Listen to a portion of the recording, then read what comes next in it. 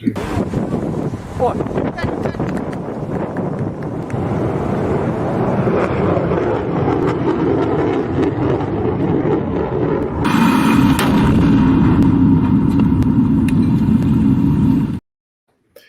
evening and welcome to Gunner Short. Should I say good morning? I hope you're having a good breakfast or a coffee or whatever you're having in India. Well, today's topic is about India rebuffing China at the recently concluded SCO meet. This broadcast, I wouldn't have normally put it, but someone said, "So why don't you know, analyze the SCO meet?" And I said, "Fine, I'll do that." And that's how this has come about. After all, just earlier in yesterday evening, I did a good broadcast with Gil Narayanan, where we assessed the PLA's capability. But then that's a different story. We'll talk of how India has actually rebuffed China at the recently concluded SCO meet. So what I'll do today is I'll touch upon in the Indian aspect, I'll touch upon what China has attempted, and I'll touch upon a few issues which are a bit probably over the horizon. You can see them developing in the China-Russia equation. Remember, in SCO, the big guns are China, India, and Russia. Anything happen to these will dictate the well-being or ill-being of SCO. Okay, so let's get going. The first thing, okay, the SCO has been positioned by China, Russia, and the Western media. Let me tell you, even the Western media is complicit in this whole story. What do they say? And what they say is this, that China and Russia, they've highlighted a tectonic shift in the global politics. Yeah, they have said that they're going to change the global order. They want to get in a new global order based on Russia and China. And how do they get it? They get it through the SEO, which is the prime vehicle for to doing so, and the BRICS. BRICS plus SEO is the platform on which they want to get in a new global order. But is it practical? Okay. Now let's look at the SEO itself. The SEO, I mean, I'll come to that. The SEO was formed when the Soviet Union was collapsing. Russia was not strong enough. China was rising, and all these uh, Central Asian republics, CARs as they called it, were on a limbo. We didn't know what to go. Then the SEO came into being, basically to stabilize this region and form new trade equations. Then China and Russia both were worried because the Central Asian republics were all, largely Islamic in nature. They didn't want radical Islam to spread into them because that meant that you would have five or six, radical Islamic nations in China's backyard and Russia's backyard. And Russia both didn't like. So the SEO came into being. And at that point of time, they took in India, Pakistan, and Iran also. A little later, but they took them in. Now, of course, in this, they brought Belarus also in. It's a small grouping. It is significant to the extent it spans three huge countries, right? And five energy-rich nations, the Central Asian republics.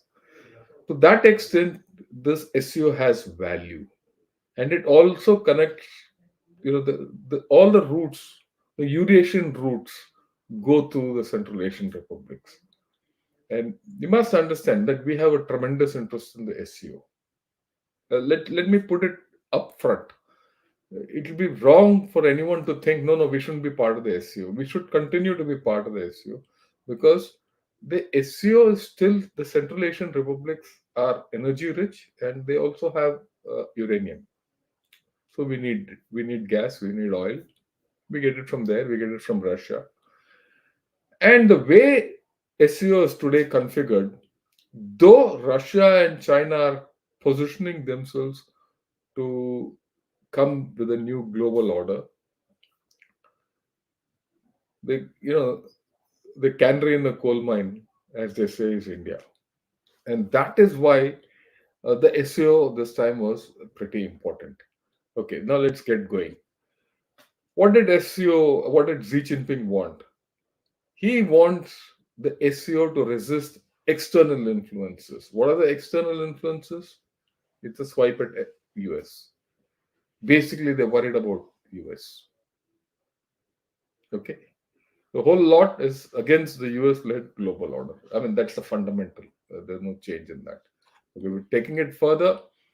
Uh, Xi Jinping, when he landed up there, he hailed the foundation of SEO and warns of the real threat and risks. He says the real threat and risks come from the West, color revolutions and all that. Right. So it's basically an anti-West thing. Right from the word go, that's what it was positioned in this. Okay. Now let me go into a little thing which I got out of one of the articles from China itself. It says, what does it say? SEO has deep ties to China. It was established in Shanghai in 2001. Xi attaches great importance to the organization. He's attended every SEO meet, either physically or directly. Incidentally, before I go further, he's either virtually or through video conferencing or physically.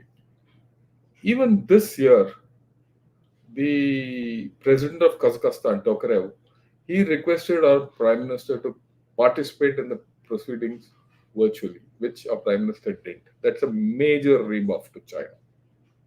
Okay, okay. Now the SEO, you have to see that it is an addition to the BRI. It is also an extension of the Global Security Initiative, the Global Development Initiative, and the Global Civilization Initiative. Now, the Chinese media says all these are in line with the aspiration of the SCO members, which means it's in line with the Chinese aspiration. It's not in line with anyone else's aspiration. And China expects everyone to fall in line with them, right? And of course, China is also actively promoting close bilateral ties and all that. So, what has Xi said? Xi has underscored the growing attractiveness and significance of the SEO. So attractiveness is there if you are Sinocentric. And all these countries at this point of time who are SEO, except India, are Sinocentric. Iran, I wouldn't call it neutral, but Iran is today vacillating because their new president is not yet installed. How the new president will take the country forward is to be seen. Okay, China has he's all this is what he has said, what Xi has said, Xi Jinping. China has contributed greatly for cooperation within SEO. He has called for building a shared home featuring solidarity, mutual trust, peace, tranquility, prosperity, and development. All great. All this is part of the verbiage of the global initiatives of civilization initiative, development initiative, and security initiative. He talks of good neighborliness, friendship, and all that. He called on SEO members to strengthen exchanges on governing experiences. That means, though it is set to exchange on governing experience, it is to imbibe or rather export his model of governance to others. That's the thing. There's no exchange with China. There's no exchange. It is only one way from China to the others. That's the way they think. And he's also urged member states to adhere to the vision of common, comprehensive, cooperative, and sustainable security, address complex and intertwined security challenges through dialogue and coordination, respond to the profoundly changing international landscape with a win win approach. A win win approach is for China. China wins, and others lose. So, as to build a world of lasting peace and universal security, this is the alternate verbiage for a Sinocentric world order.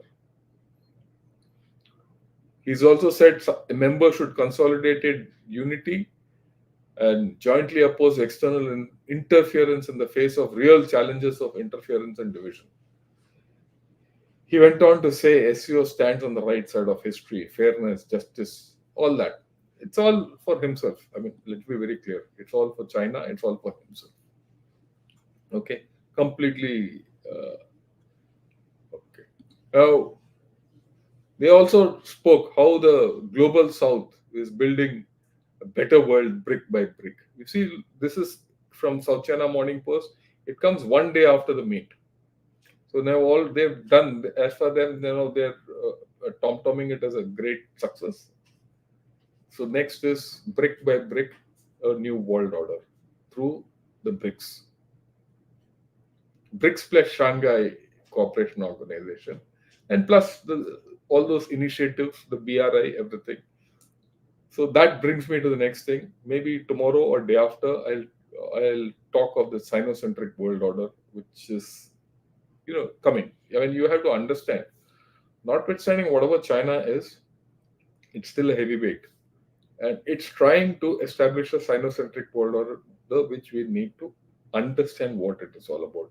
Whether it comes or not, we don't know, but we should know the outlines of that Sinocentric world order. I'll talk of that and why it's coming and what are how we need to ensure that we don't fall into the trap. You'll not fall into the trap if you understand. If you don't understand, you're trapped. Okay, like all these countries are at this point of time. Right. Let's come to India. So the first salvo comes from Nikkei Asia, from Japan. Right. What does it say? India is losing interest in the SCO. And there they have said, and this is an article by Brahmachalani, there it's very clearly enunciated that India is shifting to the West. Now, here I would like to clarify a couple of issues. There is a school of thought which says, why should you be in SEO? Get out of it. That's the worst thing which we can do. We should continue with the SEO. That's my view, and I think that's the government view also, and with good reason. There's no doubt we are against China. I mean, let's not have any thing, and we have conveyed it as much. But and they also know it.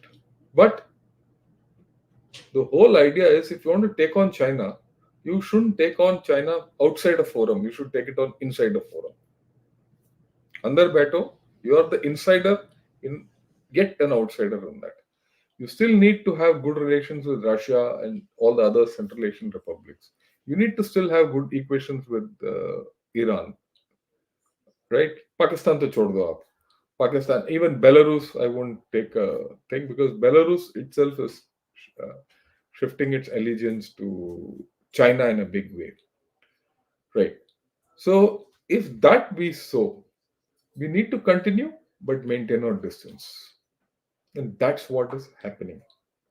Okay, so this was a article by South China Morning Post 3 days back or 4 days back. What does it say? It says, is India sending a message to China's show as Narendra Modi skips SCO meet? So they're very clear that we are sending a message, and they also are clear that the SCO is China's show. It's being positioned as a China show by them. Virtually, this is the very way China is approaching the SCO actually is putting Russia off. And I'll talk of it. Okay. Then what next? At the SCO summit, the Prime Minister, he sent a speech across, which was read out by our External Affairs Minister. There he spoken about China and Pakistan. And he's very clearly said that, look, you need to have mutual trust, mutual, security issues, mutual sensitivity, mutual, borders, everything, and mutual security. All those mutuals he's spoken of, and he's pointed fingers at China and Pakistan very clearly because they don't respect our borders, they don't respect our sensitivity. Our sensitivity is in this when our Prime Minister has put this across to China and Pakistan, to whatever is happening in the JNK and the CPEC. When I say JNK, it's the ours. in Gilgit Baltistan and POK, right? So this he's pointed a finger there. Okay. Now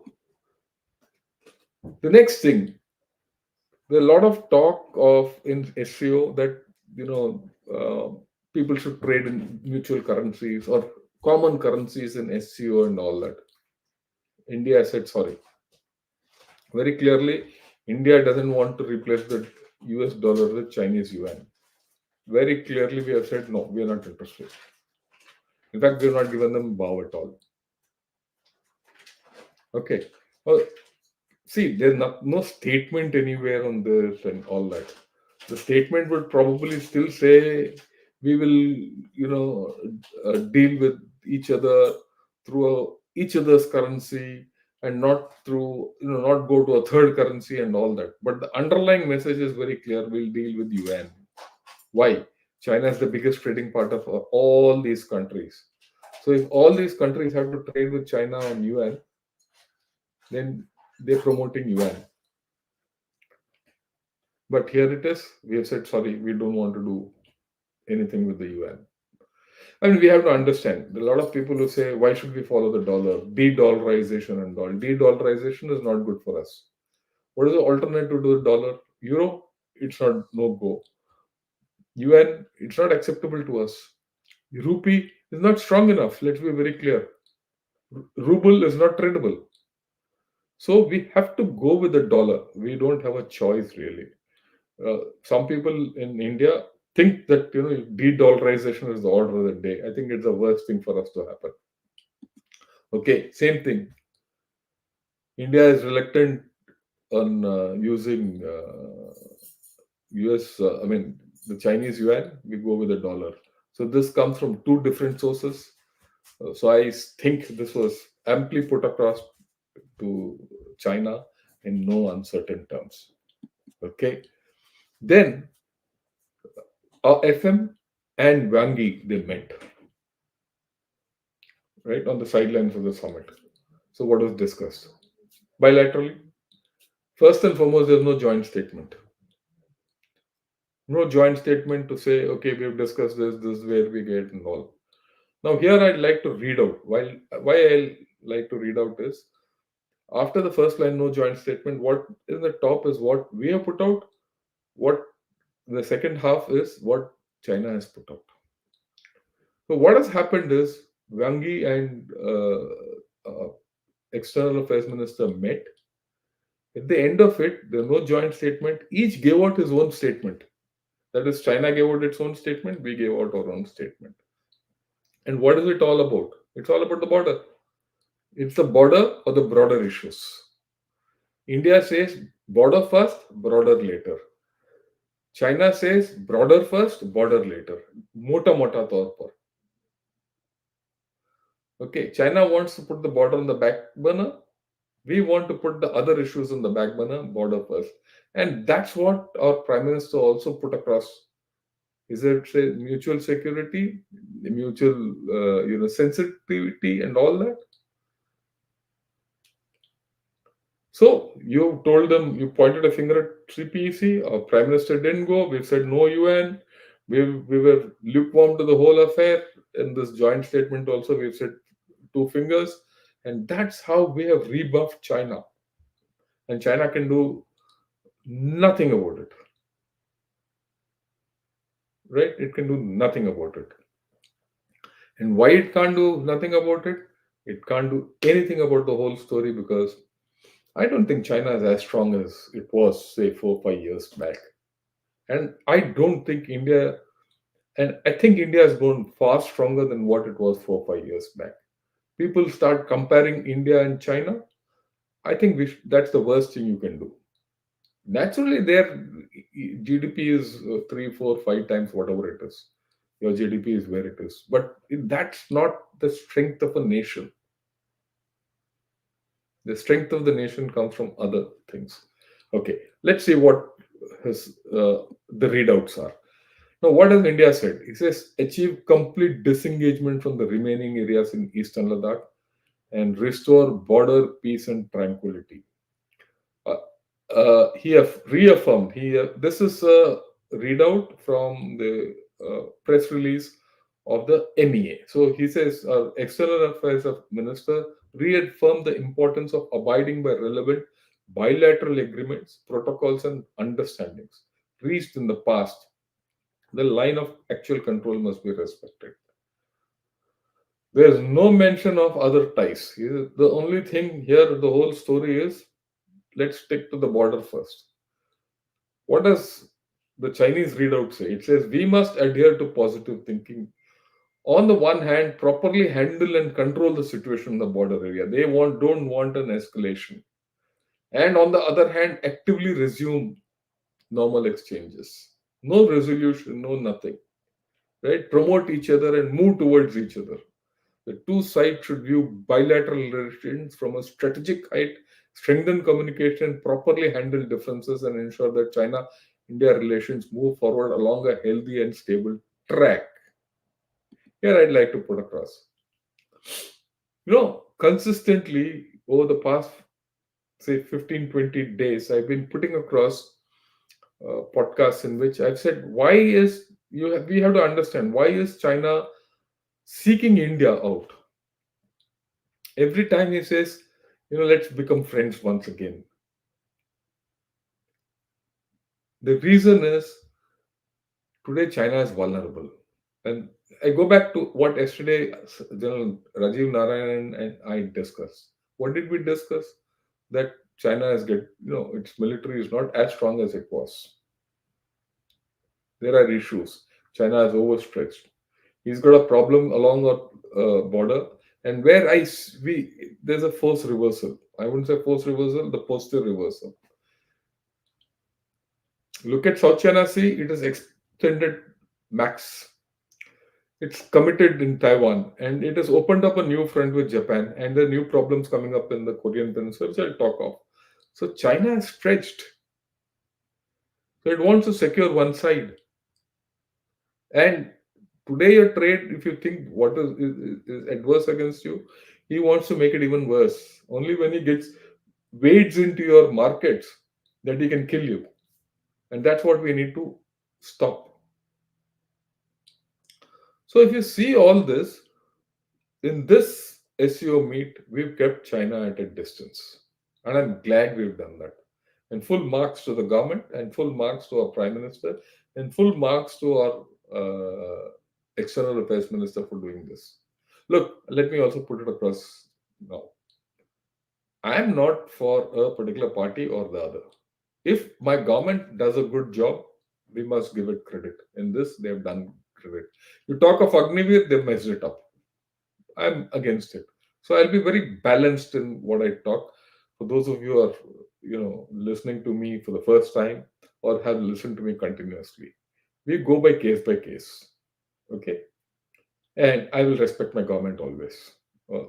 I might criticize my government, but my government is supreme for me, irrespective of who's in the government, part of India. Right. So those of you who think like this for India, join me.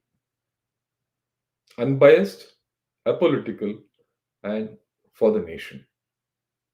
Then you must join Gunner Shot because you're going to get completely unbiased views. Okay, let's move ahead. Look at this. Modi's Russia visit a sign of unresolved tension with China. The moment the SCO finishes, our Prime Minister is going to Russia. So we're going to have a special equation with Russia, and we'll have to talk whatever we have to talk with them. But that will come through a little later. When our Prime Minister comes, then we'll discuss. But what's the implication of this? Very, very, very. You went to the SCO, gave a cold shoulder to China, and you're going to Russia. By going to Russia, you're telling China, look, he's still my friend. You're also telling the USA and the West that I'm not going to be completely with you. Because USA wants a subservient partner. I mean, that's their thinking. Okay. But we are not interested in getting there. India has never been that way. And we cannot subjugate our strategic autonomy to US interests. We are aligned with the US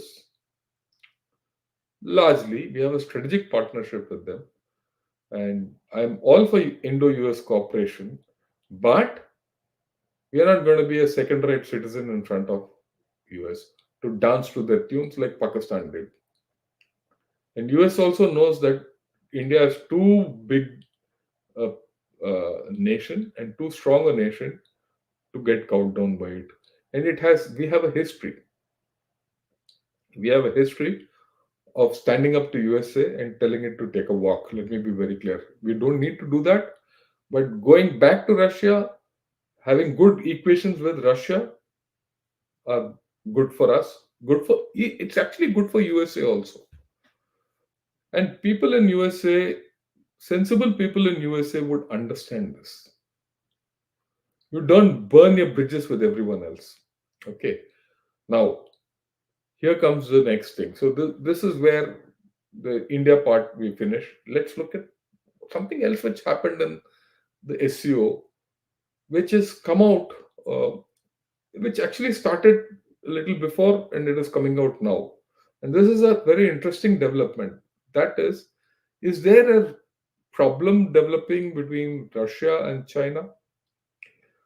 Is the relationship between Russia and China only transactional for this point of time?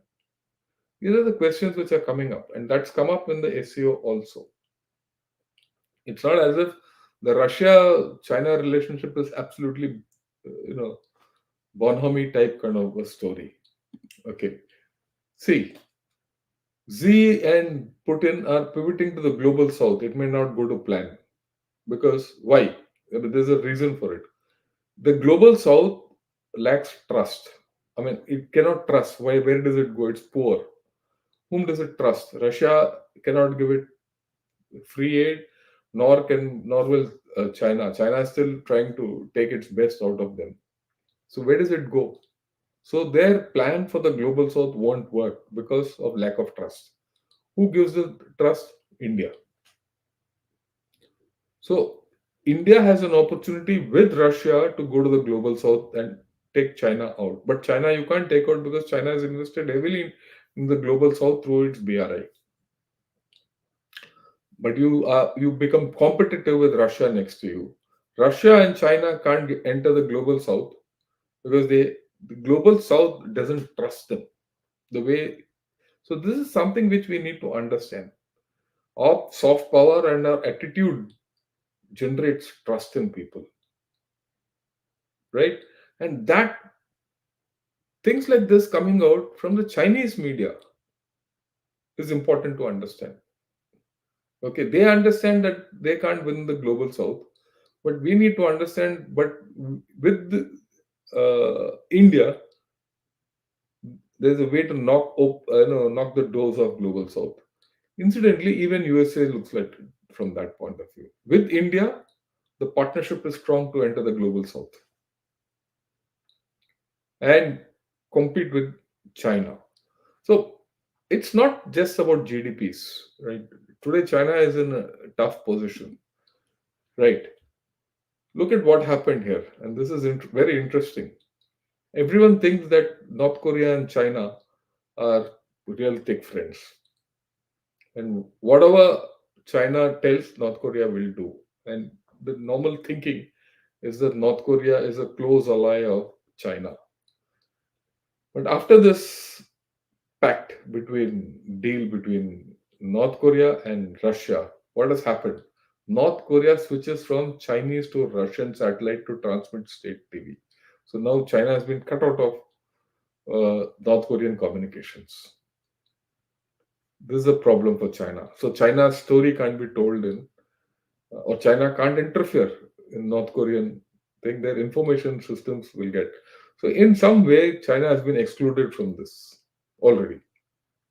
Okay, and this happened almost simultaneously with the SEO.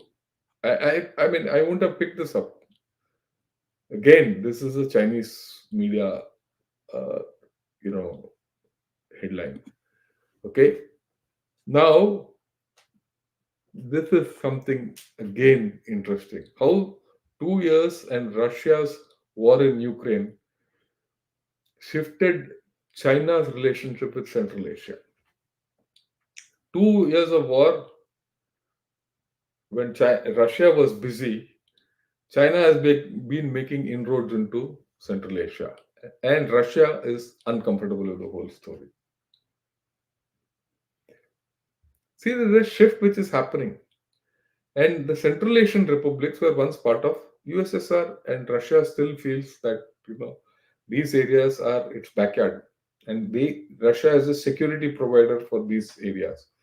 I mean, if you look back last year, when there were problems in Kazakhstan, there were riots in Kazakhstan, it was Russian troops who came and stabilized the situation there. So there's a change. So you looked at North Korea, now you looked at Central Asia. There's a shift. One has shifted towards Russia, North Korea, and Central Asians has started looking towards China. Okay, right. Now China is a problem. China treads complex path between North and South Korea as nuclear risk rises. Why? What is this? Because now North Korea going out of control of China. They fired some missiles, some successful, one they say success. I mean, largely unsuccessful in the last 1 month. One they say successful, hypersonic, all that. And they're looking at missiles, I mean, nuclear technology, upping their nuclear technology. And they're not bothered about getting it from China. Now, North Korea is looking at taking it from Russia. The moment that happens, if North Korea gets its technology, South Korea will say, okay, I want uh, nuclear arms. I'll go nuclear. And South Korea has got the complete technology to make what it has to. I mean, you'll be surprised. South Korea exports nuclear reactors also. It's got the technology. It can do what it wants. Now, if South Korea goes nuclear, just think the Korean Peninsula has two adversaries with nuclear weapons. The complete equation with China will change. So China is worried. China has complete deterrence, everything will change. Because today it's got a nuclear likely adversary in South Korea, which will be across the Bohai Bay or the LOC, whatever you call it. Right. That's what he says. As nuclear tensions rise, are US defense plans for South Korea workable? I look at it, there's someone's opinion in South China Morning Post, but I look at it that way. If they're thinking of that, that means US will reinforce its presence in South Korea. So additional headaches for China. So Russia has created additional headaches for China. If you remember, I did speak of this that China is jilted. I did this at podcast 10 days back. China jilted by the Russia North Korea deal. Now 10 days later, all this is coming out, and all this is coming out along with the SEO summit.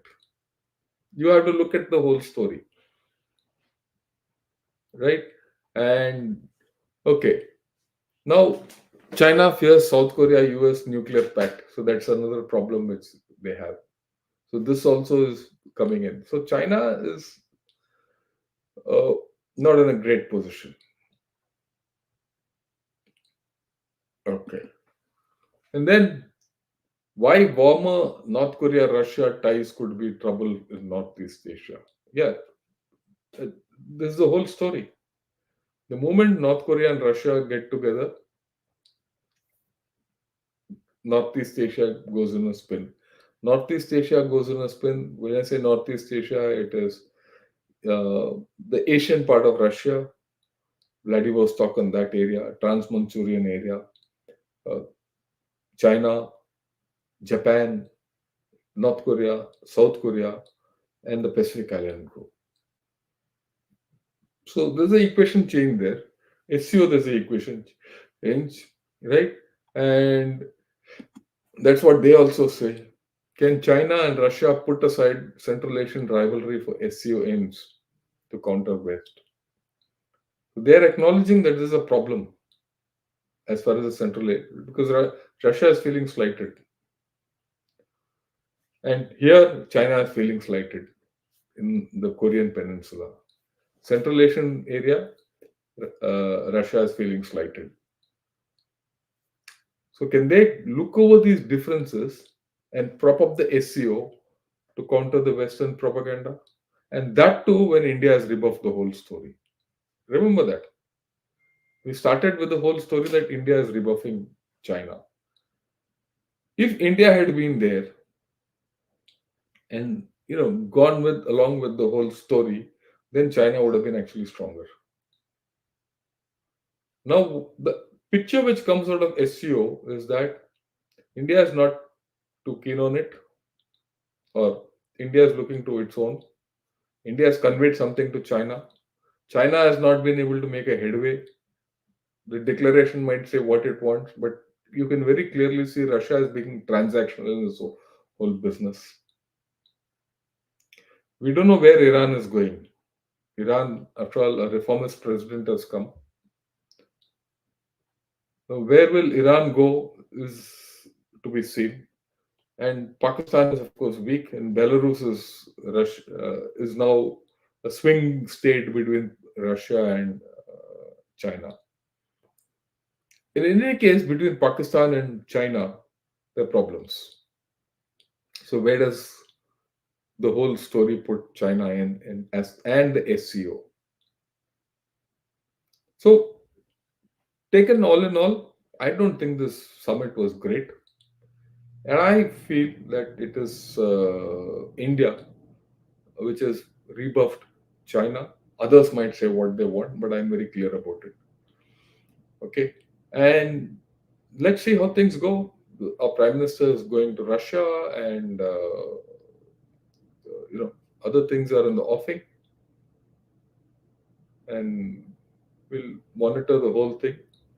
And with this, what I want to put across is so tomorrow or day after, I'll talk of Sinocentric uh, world order by Russia, and I'll also talk later in this month once with General Narayanan as to how China is overstretched. China is pretty overstretched. We'll talk of it. And in that context, is the two and a half front valid still for us? We also need to talk of Pakistan. Let's not forget Pakistan. What will Pakistan's Akar be by 2047? We say Viksit Bharat. China says, the most developed country by 2049 or whatever they want to say. By the right? By the centenary of their establishment of the PRC. So where does Pakistan go by 2047? And based on that, what should we do, especially in J&K? Based on all this, what do we do in Tibet? These are the questions, these are the things which I'm going to handle this year. I mean, this month, right? I'm going to talk of Tibet. I'm going to talk of two and a half front. I'm going to talk of POK and all that. Right. So these are the issues. Now I'll take on a few questions. I might not be able to take on all, but definitely a few. Okay. Right. So JBJP says, as of 2024, what is the approximate total strength of Indian Army, CAF of all types? It's about 10 to 11 lakhs each. They are the same thing. The strength is sufficient for internal and external strength. There's no problem. Okay. Srinivas, General Sir, I read that China owns an entire country now, Laos. It is possible for China to really own another country by debt. It is. It is. Laos is just an extension of China. But there are problems. It's not as if Laos is a completely this thing. So there are issues in that, but it's a complete lattu. There's no doubt about that. Okay, most honorable General Saab, why is this present scenario a country like India, 140 crores, should not have a reserve force of 50 lakhs or 1 crore, as I understand we should have? Look, this is something for the government to take a call on. We need to, we don't need a reserve in the true sense of 50 lakhs or more. We should expand our NCC setup and have better things so that we have more people in place. to defend our nation, not necessarily on the borders, but for many other reasons. I think the NCC system we need to uh, talk of. Okay. Yeah, to have a multi-headed snake in SU and BRICS is a joke, or a multi-headed snake to join BRI and SCI is a joke, or the world is so astonished to see the snake is able to be presented. I mean, I don't know what you're talking about. Chalo. Sir, if you need a editor or manager for content creation, you can tell me. I will do it for you as a volunteer. I love your approach and want to help in building Indian narrative. Saurabh, all I'll request you is content is not an issue because content I create just. In fact, I created all this in the past 3 to 4 hours. That's about all. Because I keep reading. Content is not an issue for me. What is an issue for me is people, attending the podcast, help me in retweeting and rebroadcasting and telling people to join Garma Shot. That's more than enough. And this is what I keep doing otherwise also. So that's not a problem. Content is the least of my problems. Okay. Uh, so thank you for being your question. It seems in the next 10 years, geopolitically in India, for what do you think is a milestone we Indian need to achieve before 2030 to be an independent regional power? We are on our way. We are on our way. I've always said we need to be strong in 5 areas. One is IT, second is defense, third is we need to do water management, we need to focus on health. Yeah, these four are absolutely mandatory. And the fifth, offhand, I'm forgetting. I did this. These five things, if you do health, water, agriculture and water and agriculture are almost the same. This and plus, we need to start preparing for climate change. Climate change is going to hit India very badly. There's no doubt. I keep talking of China and all that, but it's going to hit India badly, and we need to be alive to that. Okay, Praveen Mathur, Modi ji has increased India's dependence on China's imports. Look, this has destroyed India's manufacturing. I think you're wrong in this, Praveen. Let's be very clear. There are about 4 5 categories where we are dependent on China. One is electronics. The second is API for our drug industry. Third is heavy engineering and some railway equipment and all that, and some in basic materials. Okay. Now these are required for you to do value addition to go forward. You have already put their contracts out. They can't take contracts here, right? You're not allowing the electronic vehicles to come in and all that. Till you develop strength in all this, you can't go nowhere. And we are going to do that. It's a matter of time. You have to be patient on this. Maybe another 5 10 years. That's the horizon I'm looking at. So I'm not too worried at this point of time by having this adverse trade relationship. Because if you don't have API, your pharma industry will go dry. And that is why you should not unnecessarily go and fight with China and all that. This is the time for us to consolidate. In fact, India has got a tremendous window of opportunity to consolidate. This is the time to consolidate and build your strength and build and reduce your dependency on China, so that when the time comes, you can say 2 fingers to China. Yeah, what do you think about Abhijit Iyer Mitra's analysis about India-China relationship? Will you invite him in your pod? No, I will not, and I don't know what he has spoken. So because I don't know what he's spoken because I don't think he is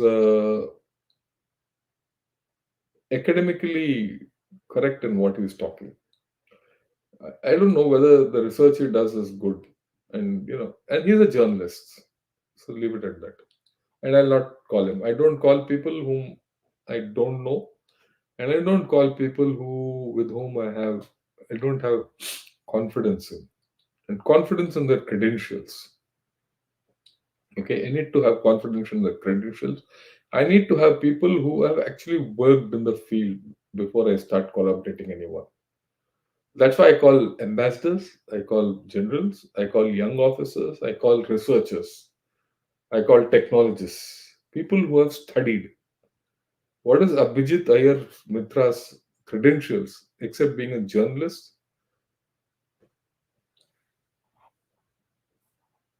I mean, he might be good. I have nothing against him, but not my cup of tea.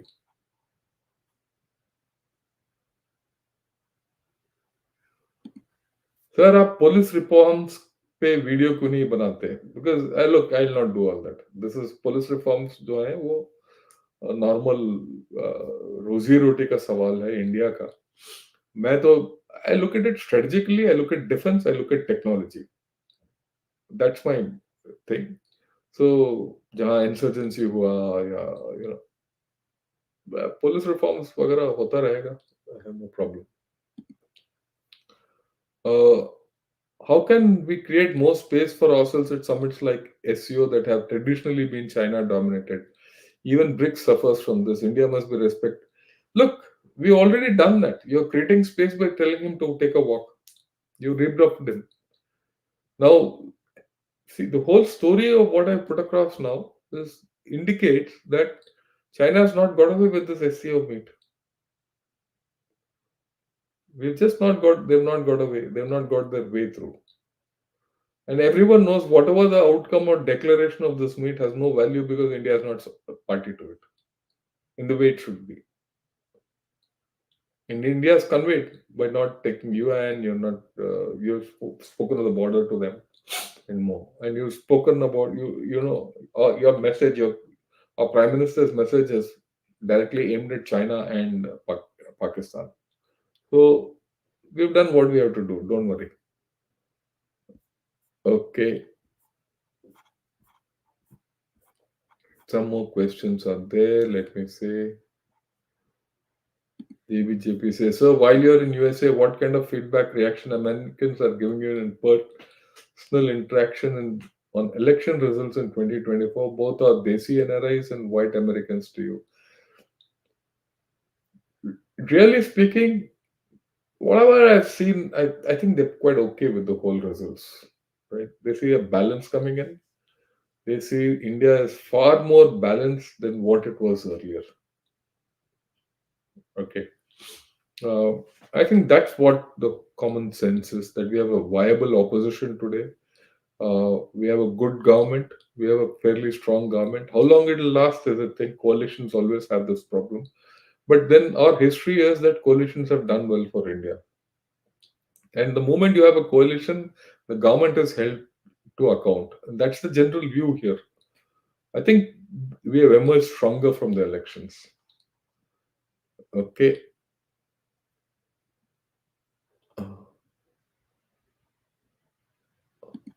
Yeah, India create problems for chain on behest of USA if China operates an open front, eastern front? We'll have to see how it happens. First and foremost, these are not nothing is cut and dry.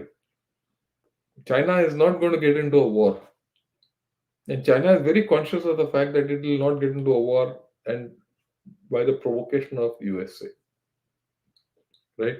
And it knows it has problems. That is why China is trying to mend relations with us. China is even more worried about this question than we are. Why should I tell what I want to do with China when he doesn't say anything? I should be ambiguous. There's something called strategic ambiguity. So let's exercise strategic ambiguity to them. Okay. Okay. Why is Modi ji going to Austria of after Russian visit? Maybe it is host country of many. Yeah, let's see. You have to develop equations with people. Okay, Austria is pretty important in the EU, and in many of these countries we are not known. Our views are not known, and our views are second hand. So we'll talk of it when the event happens. We'll see. Okay. Yeah. Should Bharat stop going to SEO in coming years? No. We should continue. That's what I started the whole story with. Okay, right. Respected Sir, General Rawat believed the Indian Army is too large and bottom heavy. What do you believe is the optimum size? And I don't think General Rawat held this view that the Indian Army is too large and bottom heavy. No, I don't agree with it. Look, uh, Mehul, Mehul Lad, let me put it across to you. Bipin Rawat and I knew each other for about 25, 30 years. Okay, we're good friends. In fact, to a large extent, even our wives knew each other and children also knew each other. I don't think he ever had this opinion. And the optimum size and shape of the army is something where we are heading with theatre commands and things like that. Things like Agniveer are an aberration which has happened, and I think it will get rectified when a lot of people speak. Okay,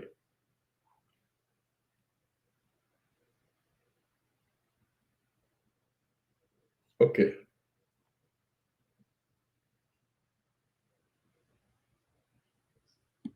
okay. As Kashmir is in dispute in terms of by making small changes, how could it be? How could it be India, Jammu, and Kashmir? Please answer. Look, there's nothing in this. Our whole story is now how to take back POK and Gilgit Baltistan. That is the real Kashmir. After abrogation of Article 370, it is now beyond conclusion or beyond any discussion that part of Kashmir, which is already with us, that is the Kashmir Valley, Jammu, and Ladakh, no one else has got any right on it. Our next step is across the border. And I'll talk of why we should do and how we should do. Okay. We'll talk of that separately. There's no discussion on this business. You had promised to start a series on political military fusion and Bharat Post. Yeah, we'll do that. I'll start it once I go back. I'll talk of it. Right. So I think I've generally covered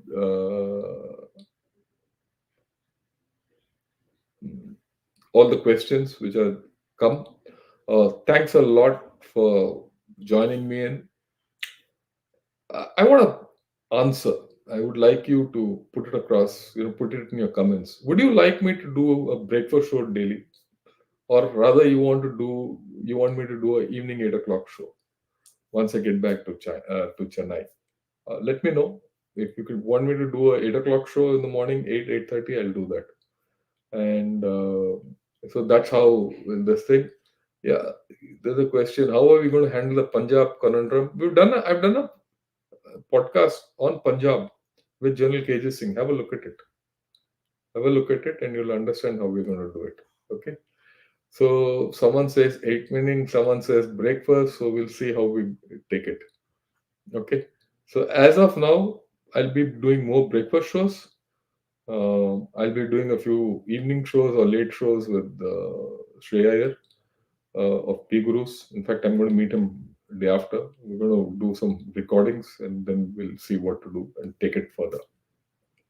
Right? Okay, then. Thanks a lot. Have a great day. I know it's a good Sunday in India. Enjoy your Sunday and we'll pick it up later. Thank you. Morning and Jai Hind.